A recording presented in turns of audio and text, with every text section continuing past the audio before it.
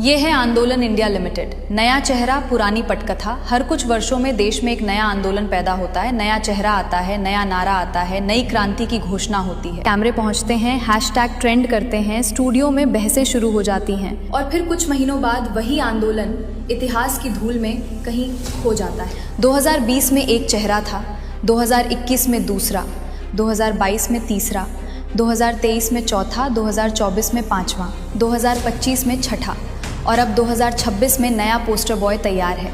चेहरे बदलते रहते हैं लेकिन पटकथा नहीं बदलती। देश का युवा नौकरी मांगता है, उसे आंदोलन दे दिया जाता है। देश का किसान समाधान मांगता है, उसे मंच और माइक दे दिया जाता है। देश विकास पर बहस चाहता है, उसे क्रांति का नया एपिसोड दिखा दिया जाता है। सवाल पूछना लोकतंत्र का अधिकार है, लेकिन सवाल पूछने वालों से भी कुछ सवाल पूछे जाने चाहिए। क्या आपको शाहीन बाग याद है? क्या आपको किसान आंदोलन याद है? क्या आपको वे नेता याद हैं जो हर चुनाव में देश बचाने निकले थे? क्या आपको वे घोटाले, आरोप और मुकदमे याद हैं जो कभी अखबारों की सुर्खियां हुआ करते थे? क्या आपको 2014 से पहले का वो भारत याद है जहां भ्रष्टाचार, नीति पक्षाघात और घोटालों की चर्चा रोज होती थी?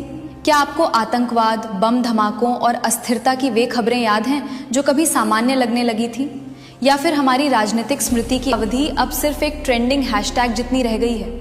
सबसे दिलचस्प बात यह है कि हर नया आंदोलन खुद को जनता की आवाज बताता है, लेकिन 2026 का ये नया चेहरा क्या सच में जनता के लिए आवाज उठा रहा है, या इस आंदोलन के पीछे इसका कुछ और ही मकसद है?